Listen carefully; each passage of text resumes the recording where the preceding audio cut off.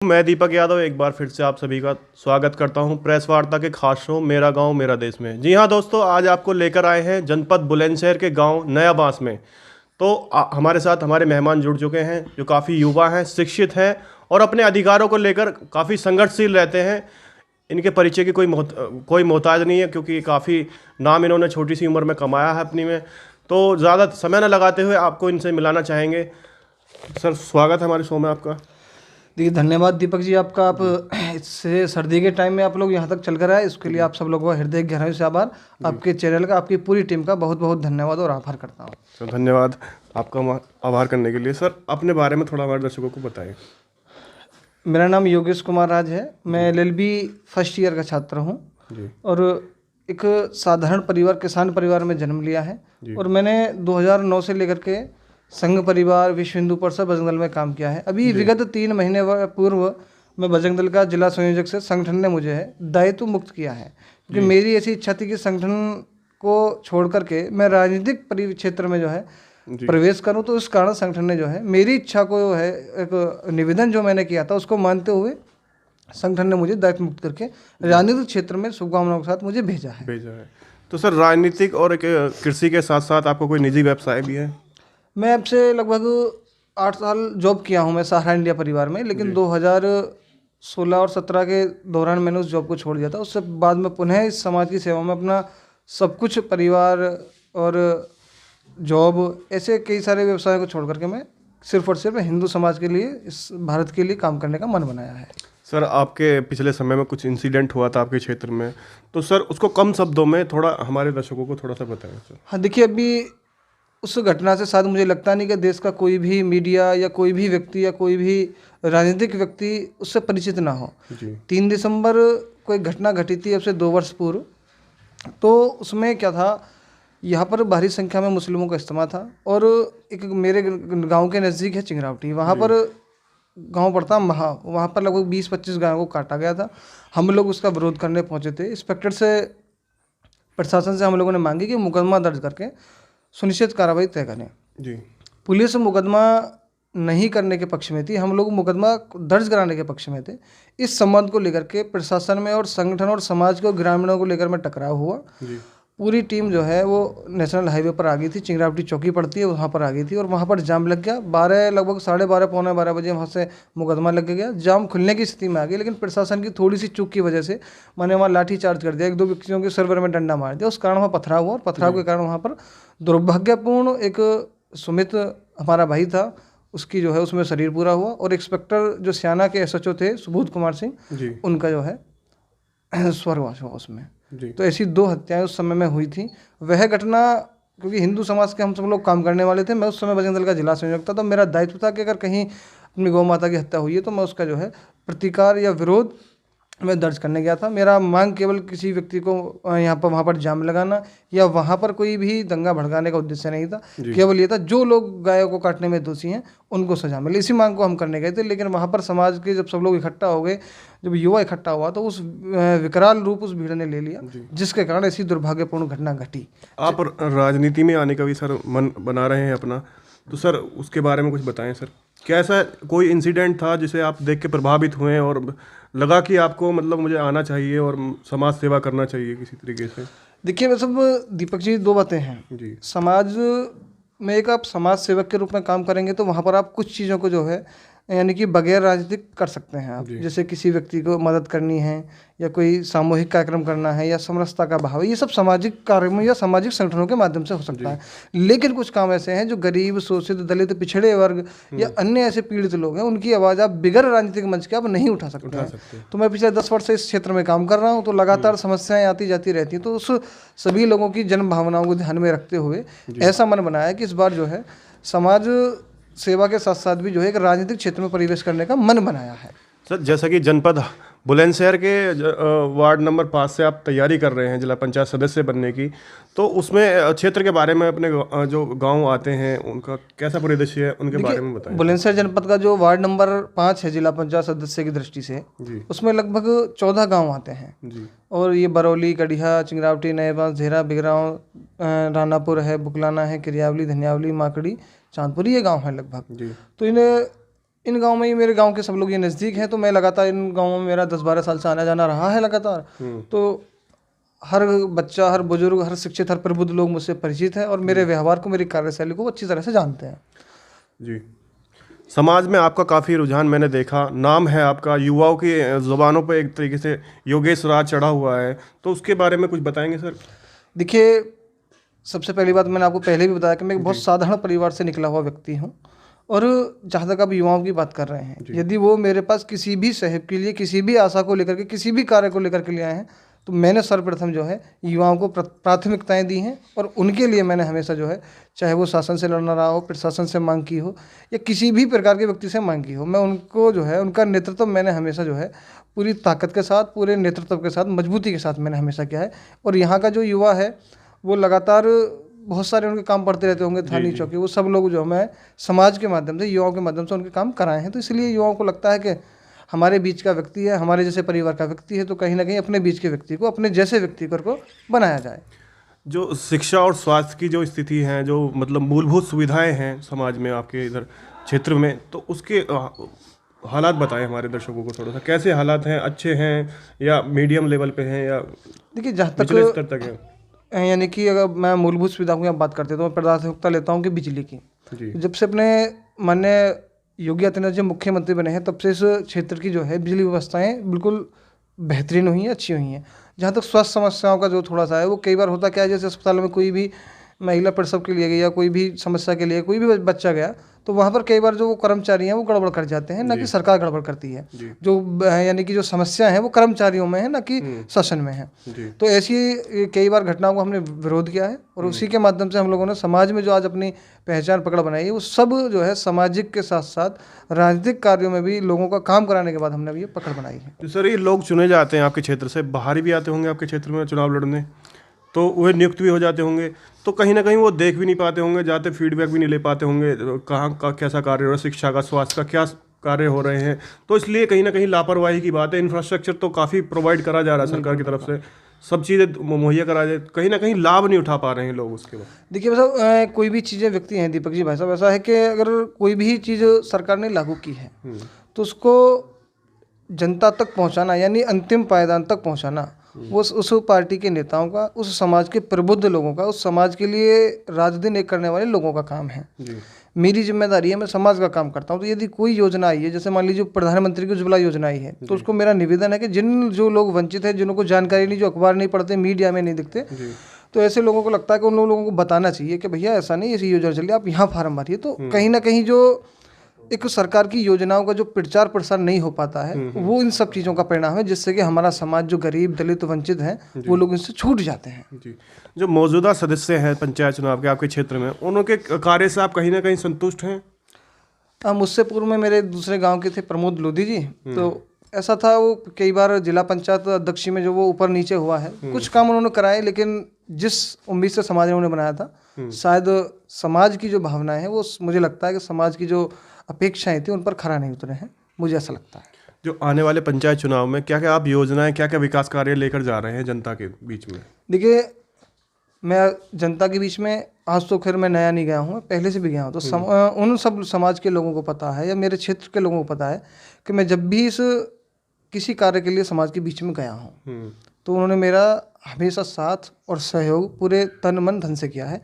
रही बात योजनाओं की, मैंने हमेशा ये देखा है कि जब हमारा कोई किसान व्यक्ति किसी भी दुकान पर जाता है, तो उससे जो है मनमाफिक पैसे, मान लो कोई रजिस्ट्रेशन कराना तो उससे 100 रुपये, 200 रुपये, इस प्रकार की जो है मनमाफिक राशि ले ली जाती है। इसी प्रकार से जैसे मेरा युवा है, युवा का कोई वेरिफिकेशन है, वो फार्म भरते हैं, कंपटीशन की तैयारी करते हैं, तो उनके साथ समस्या क्या है, जब उनका वेरिफिकेशन आता है तो जो हाँ वेरिफिकेशन होती है, वो लोग उनसे पैसे मांगना या उनको जो है 2-3 दिन 4 दिन बाद उधर टालने का प्रयास करते हैं।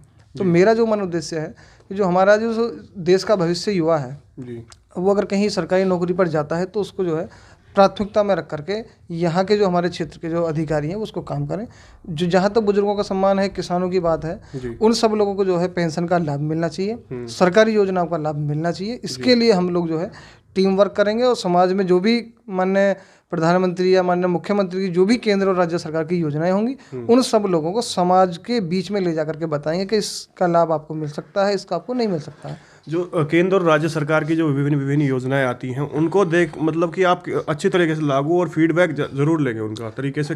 बिल्कुल बिल्कुल, देखिए सरकार को हमने वोट किया है और तो इसलिए हमारी भी जिम्मेदारी बनती है, हम लोग समाज का काम करने वाले लोग हैं, तो कहीं ना कहीं हमारी भी जिम्मेदारी और उत्तरदायित्व बनता है कि हम लोग समाज को वहाँ तक पहुँचाएं।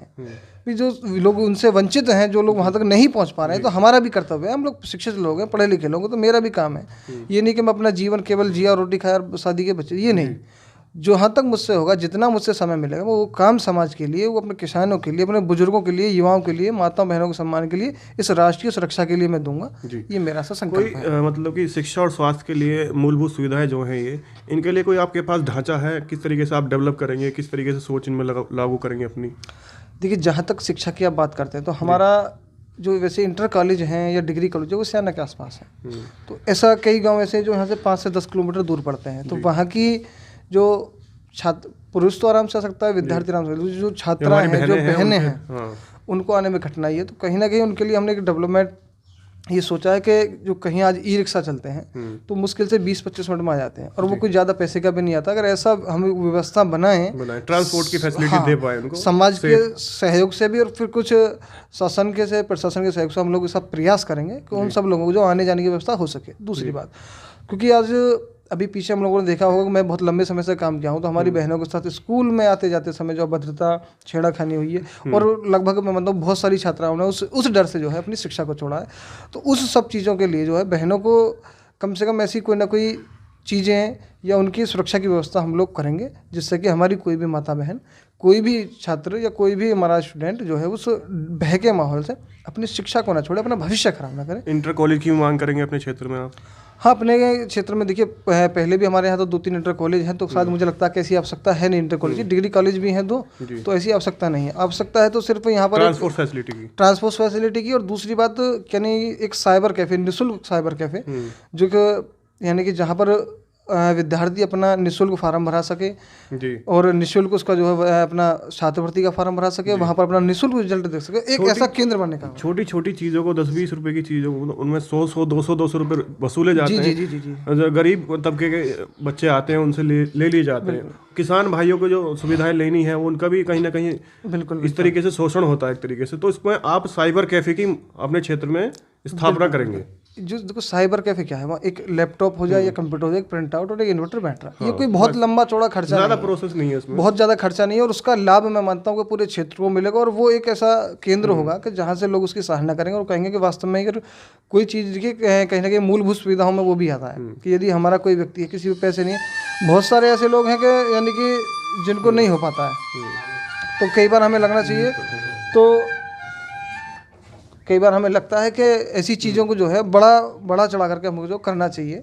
तो इसलिए जो ये जो यानी किसान सेवा केंद्र सकते हैं या सहायता समूह केंद्र दे सकते हैं हम, तो इन चीज़ों से जो है जो छोटे छोटे हमारे जो यानी कि ग्रामीण क्षेत्र, तो यहाँ लोग अधिकांश किसान हैं, तो कई बार उन पर छात्रवृत्ति भरने के लिए 200 या 300 रुपये नहीं हो पाते हैं। या किसान सब्सिडी चेक करवाता तो उससे 100 रुपये 20 रुपये पर्ची चेक करने के भी पैसे ले जाते हैं। इस प्रकार की जो छोटी छोटी जो बातें हैं उनमें किसान जो है वो टूट जाता है। तो इसलिए ऐसी जो मेरा मानना है कि एक ऐसा केंद्र मेरा सबसे प्राथमिकता में यही रहेगी कि छात्राओं की सुरक्षा की व्यवस्था, छात्राओं के आने जाने की व्यवस्थाएं बहनों की, और किसान और गरीब और मजदूर के लिए एक निःशुल्क जो है साइबर कैफे की व्यवस्था। किसान आबादी आपके यहाँ क्षेत्र में ज़्यादा है, उनके अधिकारों को लेकर आपकी कोई योजनाएं हैं?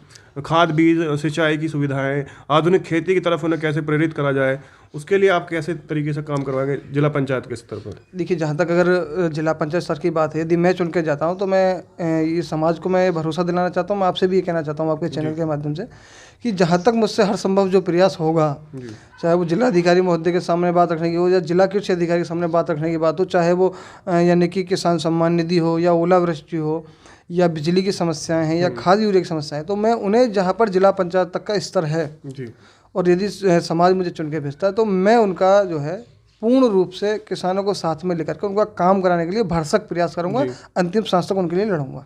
ग्रामीण आबादी आपके क्षेत्र में है, तो ग्रामीण एरिया में जो होता है लोगों का आर्मी के प्रति युवाओं का बहुत रुझान होता है, कहीं ना कहीं उनको एक ग्राउंड मुहैया नहीं है यहाँ पे, वो रोड पे तैयारी करते हैं अपनी, घटना की भी उसमें समस्याएं हो सकती हैं, उनको चोट भी लग सकती है वहाँ पे। जी। तो ग्राउंड वगैरह स्पोर्ट्स की वगैरह भी फैसिलिटी है आपके मन में? देखिए होता क्या है, हमारे यहाँ भी पीछे और आज भी सरकारों में है, एक हर गांव में मंगल दल के नाम से एक ज़मीनें होती हैं और कई जगह ज़मीनों को जो है खाली भी कराया गया है।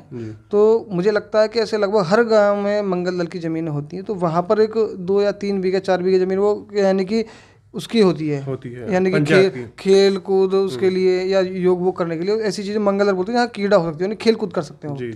तो ऐसी जगहों को जो चिन्हित करके उन्हें मुक्त कराया जाएगा और युवाओं के लिए वहाँ पर जो व्यवस्थाएं, यानी चाहे वो उसका दंड बैठक का सामान है या कोई भी चीज़ें हैं, पानी का वो सब चीज़ें हैं, वो सब चीज़ें जो है कराने का प्रयास करेंगे। और युवाओं को जहाँ तक प्रयास, अगर किसी जो कोई व्यक्ति गरीब है उसको कोचिंग के लिए पैसे नहीं है तो उसको भी निःशुल्क कोचिंग की व्यवस्था हम लोग कराएंगे। अपने साथी के सब लोग, ऐसे बहुत सारे शिक्षित लोग हैं जो लोग इस समाजी सेवा दे सकते हैं। तो ऐसे लोगों को जो चिन्हित करके उन्हें पढ़ाने का काम करेंगे। और गाँवों में ऐसी जो ज़मीनें हैं जो मंगल दल के नाम पर जो उनका बंदर बांट ग्राम प्रधानों के द्वारा किया गया, तो उन सब लोगों को जो चिन्हित करके उन जगहों को खाली कराया जाएगा। वहाँ पर जो है इन सब बच्चों के लिए तैयारी की व्यवस्था के लिए जो भी संसाधन उपलब्ध होंगे वो हर संभव प्रयास करके कराए जाएंगे। सर, गाँवों के सौंदर्यकरण को लेकर आपकी कोई योजनाएं हैं? तालाबों को लेकर, तालाब जो होते हैं, नालियाँ, लाइट वगैरह, जो खरंजे वगैरह, क्योंकि बहुत लोगों को मैंने देखा है कि जो प्रधान होते हैं वो अपने वोटरों के घर के सामने इंटरलॉकिंग करा दी, जहाँ पे उनको नहीं है, मतलब लगता है कि हमारे फेवर वाले लोग नहीं है, उनको छोड़ दिया, फिर आगे अपने लोगों को चालू करवा दी। सर, इस पर क्या कहना चाहेंगे? जहाँ तक मेरा जो अपना पर्सन है जी, मैं आज तक कभी, मैं आपको बता दूं, मैं स्वयं भी किसी प्रधान के पास नहीं गया कि भैया आप मेरा खरंजा लगा दें, क्योंकि मैं एक सामाजिक नेता हूं तो लोग ये कहेंगे कि तुमने अपने घर का खरंजा लगवा लिया। दूसरी बात, सरकार या कोई भी चीज़ हमको या किसी भी विभाग से हमारे पास पैसा आया है और उसको हम लोगों ने सही जगह ना लगा करके उसका आपस में सेक्रेटरी, प्रधान, ये जो भी मानते हैं जो सरकार के अंग हैं, उन लोगों ने बंदर बांट किया है। तो पहली बात तो वो बहुत ज़्यादा गलत है। और हम लोगों ने जो है ये काम किया है, कई गांव के लोगों की आरटीआई हमने निकलवाई है, कई ग्राम प्रधानों की। तो उसमें ध्यान में आया कि जो भी प्रधानमंत्री जी के जो शौचालय हैं, मैं जिस गांव में बैठा हूँ तो उसमें भी लगभग 150-200 शौचालय ऐसे हैं जो कागजों में बन गए हैं लेकिन धरातल पर नहीं है। ऐसे कई खरंजे हैं जो कागजों में बन गए हैं, धरातल पर नहीं है। ऐसे जैसे आपने बात करी कि गाँव का सौंदर्यकरण, देखिए गाँव में 2-3 चीज़ें हैं, मठ मंदिर हैं, धार्मिक स्थल हैं और दूसरा है शमशान स्थल। तो वहाँ पर कम से कम ऐसी व्यवस्थाएं होनी चाहिए और 100-150 लोग बैठ सकते हो। एक टीन सेट होना चाहिए कि बारिश के मौसम में कम से कम वहाँ पर अगर कोई ऐसा यानी कि शरीर पूरा हो गया तो उसका अंतिम संस्कार हो सके। ऐसी मूलभूत सुविधाओं के लिए कोई बहुत ज़्यादा लंबी भागदौड़ करने की आवश्यकता नहीं है।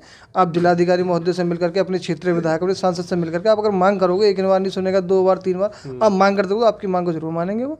तो इन सब प्रयास सिर्फ और सिर्फ बात याद आती है कि प्रयास करने की आवश्यकता है। वो प्रयास नहीं कर पाते हैं, इसलिए समाज जो है इन सब चीज़ों से वंचित रहता है। सौंदर्यकरण नहीं हो पाता है, शमशानों में काम नहीं हो पाते हैं, नाली खरंजे नहीं हो पाते हैं। तो ये कहीं ना कहीं से है। तो अगर जब व्यक्ति समाज के भावना को ध्यान में रख के काम करेगा, अगर मैं राजनीति करता हूँ तो मैं समाज की भावना को ध्यान में रख के मौका सर मिलता है तो आप निष्ठा से आप कार्य करेंगे। देखिए, समाज मुझे तय करके भेजता है, तो इस समाज को मैं आपके चैनल के माध्यम से कहना चाहूँगा कि उनका भरोसा, उनकी जो उम्मीद, जिस उम्मीद से उन्होंने मुझे आज भी इस क्षेत्र में प्यार दे रहे हैं और आगे भी मुझे साथ, अगर मैं उनके यानी कि भावनाओं पर, आशाओं पर ठीक उतरता हूँ तो मुझे आगे वो देंगे। तो जहाँ तक मेरा अपना मानना है, तो मेरा वादा है किसी भी प्रकार से किसी के साथ भी कोई द्वेष भावना के साथ नहीं, किसी को पक्षपात नहीं, उस भावना से काम किया जाएगा। जहाँ पर प्राथमिकताएं, आवश्यकताएं हैं, जहाँ पर कीचे हैं, जो रास्ते जोड़ने वाले हैं दूसरे गाँवों को, जो शमशान है, उन सब चीज़ों को जहाँ पर वास्तव में आवश्यकता है, पहले उन्हें प्राथमिकता में रख करके उनका काम कराया जाएगा। सर, जो ये चुनाव में इतना खर्च करते हैं लोग, पैसे के बल पे चुनाव लड़ना चाहते हैं और कहीं ना कहीं पैसे पे बल पे चुनाव लड़के और कहीं ना कहीं गायब हो जाते हैं, उनके बारे में कुछ आपके कहने हैं? देखिए सुनिए, ये तो होता क्या है, जैसे कोई बाहर का लोग है, वो अरबपति है, करोड़पति है, और समाज के गरीब लोगों को क्या है, उन्हें पता नहीं होता कि हम लोग इसको वोट दे रहे हैं तो फिर हमारा 5 साल गया। तो इस बार हमने क्या किया, जो टीम नेटवर्क हमने बनाया है, तो वो सब यही चीज़ें बनाया है, क्योंकि मैं खुद एक निर्धन परिवार से लोगों में पैसा खर्च नहीं कर सकता, मैं तो खुद दूसरी गाड़ी में घूमने वाला हूँ। तो ऐसे जो धनाढ़ लोग होते हैं, जो पैसे वाले होते हैं, वो इस बार पैसा बरसाने का पूरा प्रयास कर रहे हैं। लेकिन समाज ने इस बार जो है, देखिए कोई भी व्यक्ति, आप एक बार धोखा कर सकते हैं किसी भी व्यक्ति के साथ, तो पूर्व में लोगों ने समाज के साथ धोखा किया है। समाज इन बातों को समझ गया है कि ये लोग 100 रुपये 200 रुपये हमारी वोट खरीदने के बाद में फिर उल्टा हमसे पेट छुपाते हैं। तो इस परंपरा को बदलने के लिए मैं राजनीतिक क्षेत्र में आया हूँ। हमें जागरूकता फैला रहे हैं कि पैसे वालों से बचें। बिल्कुल बिल्कुल। मैं अभी गांव में, पीछे हर ऐसा कोई गांव नहीं बचा जहां मैंने जनसभा नहीं की। मैंने कहा कि ये समाज को ही तय करना पड़ेगा कि पैसे से आपकी वोट खरीदने वाला चाहिए या आपके घर को बिगाड़ने वाला, माने उसके पति को शराब वगैरह का भी आयोजन कराते हैं, मदिरा शराब पिलाने वाला व्यक्ति चाहिए या आपके पेड़ छूने वाला व्यक्ति चाहिए, आपको नाली खंजे आपके अधिकारों को लड़ने वाला व्यक्ति चाहिए आपको। तो इस प्रकार के बिंदु को मैं लेकर के समाज के बीच रहा हूँ और समाज का इतना सपोर्ट मुझे मिलता है तो मुझे और बड़ी खुशी होती है जब समाज की माताएं बहनें भी जब मैं बोलता हूँ तो मुझे देखने आती है, तो मुझे सबसे बड़ा हर्ष का विषय ये होता है। दीपक जी, सर माताओं बहनों के लिए आपकी कोई योजना है, उनके लिए कोई करवाने का? पहले भी मैं बहुत सारे चीज़ें संघर्ष में उनकी सुरक्षा के लिए लड़ रहा हूँ और अब मेरा जो जहाँ तक विषय है, जैसे विधवा पेंशन है या उम्र हो जाती है 50+, तो ऐसी भी एक सरकार की योजना है तो उनमें भी पेंशन है। तो जो होता क्या, बुढ़ापे में अगर के थोड़ा ओला से कहीं ना कहीं बूढ़े माँ बाप की खटपट हो जाती है, तो कई जीवन ठीक नहीं जी पाते। महिला सशक्तिकरण को लेकर आपके कार्य हैं, उन सब चीज़ों को जो है ध्यान में रख करके उनकी व्यवस्थाएं यानी जो शासन स्तर या सरकारी स्तर से जो होंगी उनकी मदद कराएंगे। और महिला सशक्तिकरण की जहाँ तक की बात है तो यहाँ पर भी किसी भी बहन के साथ कोई भी अत्याचार होगा उसका पुरजोर विरोध करेंगे, ताकत के साथ विरोध करेंगे। यदि किसी की गर्दन काटनी पड़ी तो उसको भी काटेंगे, अपनी माता बहनों की सम्मान की खातिर हर तरीके से जाएंगे और हर प्रकार का जो है साम दाम दंड भेद अपनाएंगे जी। तो सर कोविड-19 महामारी जैसी बीमारी हमारे देश दुनिया में चली है, इतना अर्थव्यवस्था का लॉस गया उसमें, आपके गांव आपके क्षेत्र वासियों ने कैसे उसको टैकल करा, आपने कैसे मदद पहुंचाई, कैसे जागरूकता अभियान चलाया उसमें? देखिए ये मेरा गाँव है, लगभग इसमें 6,500 के लगभग वोट है। तो लॉकडाउन लग गया तो कोई कहीं बाहर आ जा नहीं सकता था, लेकिन हम लोगों ने अपने गांव में एक प्रयास किया कि जो उप जिला अधिकारी के यहाँ पर एक रसोई खोली गई थी, वहाँ पर हमने जो है 5 कुंटल आटा भिजवाया और इस गांव के अंदर जो भी ऐसे लोग जो बाहर से आकर के यहाँ रहे थे उनका जांच कराई कि भाई ये लोग संदिग्ध हैं, इनकी जांच करिए, कहीं ये समाज में जो है और बीमारी ना फैला दे, ऐसे लोगों को चिन्हित किया। रही बात दूसरा, जैसे मास्क है, सैनिटाइजर है, या कोई भी व्यक्ति बाहर से आया वो हमारे गांव के स्टैंड पर रुक गया, आसपास रुक गया, तो उसको भोजन की व्यवस्था कराई थी, सोने की व्यवस्था कराई, उसको मास्क, उसको सैनिटाइजर, और लोगों में एक जागरूकता बढ़ाया कि इस कोरोना को जो है मजाक में न लेकर के उसको गंभीरता से लें, क्योंकि एक बड़ी जटिल समस्या है, पूरा विश्व उससे जूझ रहा है। तो कहीं ना कहीं हम सब लोग भी राष्ट्र का और विश्व का काम कर रहे हैं, तो आप इसमें अपनी सहभागिता दें। वैक्सीन को लेकर जो जागरूकता अभियान किस तरीके से चल रहा है कि काफ़ी लोगों में भ्रम है कि मतलब कि वैक्सीन नहीं लगवाएंगे हम, और ऐसी त्रुटियां चल रही हैं, अफवाहें चल रही हैं कि इसमें कुछ गलत है।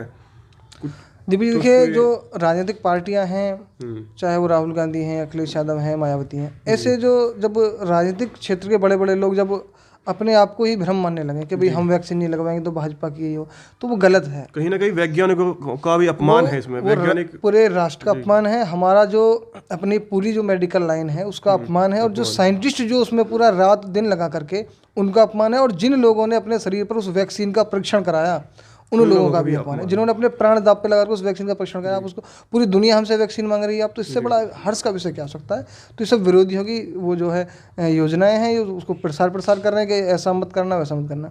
जहाँ तक बात है उसकी वैक्सीन के प्रचार प्रसार की, उनका रजिस्ट्रेशन करा करके उनको समझा करके, जिस प्रकार से मास्क, सैनिटाइजर और घर में रहने के लिए अपील की गई थी, उसी प्रकार से लोगों का रजिस्ट्रेशन करा करके प्रत्येक व्यक्ति तक वैक्सीन आ जाए, उनका नंबर आ जाए, ऐसा प्रयास हम लोग करेंगे। तो अपने क्षेत्रवासियों को कोई अपील आपकी अपनी तरफ से? मेरा सभी लोगों से निवेदन इतना रहेगा कि जिस प्रकार से आप सब लोगों ने मेरे साथ हमेशा संघर्ष में साथ दिया है, इस बार भी एक राजनीति का संघर्ष है, तो इसमें पूरा समाज मेरे साथ खड़ा है, और ये मैं अपेक्षा करता हूँ कि समाज ने जिस अपेक्षा से मुझे खड़ा किया है, मेरा साथ दे रहे हैं, उनकी कभी भी भावनाओं का या उनकी भी कभी बात का, किसी भी बात का हमेशा पालन होगा, उनकी किसी भी बात का अनुपालन नहीं होगा। और समाज के लोगों से अपील करता हूँ कि जो धनाढ़ लोग हैं, जो बहकाने में आते हैं, जो अशिक्षित प्रत्याशी हैं, जो 2 शब्द नहीं बोल सकते आपके लिए, जो लड़ नहीं सकते आपकी माता बहनों के लिए, जो आपके राष्ट्र के लिए नहीं लड़ सकते हैं, तो ऐसे लोगों को ना चुन करके जो समाज तय करेगा कि हमें शिक्षित प्रत्याशी चाहिए, राष्ट्र, समाज, धर्म के लिए लड़ने वाला प्रत्याशी चाहिए, तो ऐसा व्यक्ति हमको चाहिए। ये इतना मेरा समाज के लोगों से अपील है कि पैसों के चक्कर में या शराब या कच्चे लालच में ना करके एक शिक्षित प्रत्याशी, चाहे वो मैं नहीं और भी कोई भी हो सकते हैं, तो ऐसे व्यक्तियों आपके अधिकारों को लड़ने वाला हो, आपकी बात समस्याओं को उठाने वाला हो, आपके बीच का प्रत्याशी हो, आपकी समस्याओं को लड़ने वाला हो, आपकी बात को सुनता हो, आपका सम्मान करता हो, और आगे भी ऐसा ना हो कि चुनाव जीतने के बाद वो झांकते नहीं। ऐसा प्रत्याशी हो, ऐसा प्रत्याशी हो जिसे आप उठा करके अपने घर लाके रख दें, ऐसा प्रत्याशी समाज चुने। इतनी मेरी अपील समाज से है। तो सर हमारे शो में आने के लिए आपका बहुत बहुत धन्यवाद। दीपक जी आपका भी बहुत बहुत धन्यवाद। इतनी लंबी वार्ता आपसे मिलकर के अच्छा लगा। तो आपका चैनल का, आपकी पूरी टीम का एक बार पुनः मैं हृदय गहराइयों से हार्दिक आभार, धन्यवाद, अभिनंदन करता हूँ। अपनी सर्दी में यहाँ तक आए तो उसके लिए आपको बारंबार प्रणाम, धन्यवाद। हमारा भी आपको धन्यवाद है सर। तो ये हमारे योगेश राज जी हैं, इनके विचार लिए, इनकी योजनाएं क्या क्या है आने वाले चुनाव में, इनके बारे में हमने जाना, आप तक पहुंचा रहे हैं। तो काफ़ी चर्चाएं और भी करेंगे इनसे। तो अभी के लिए आपसे लेते हैं विदा। धन्यवाद।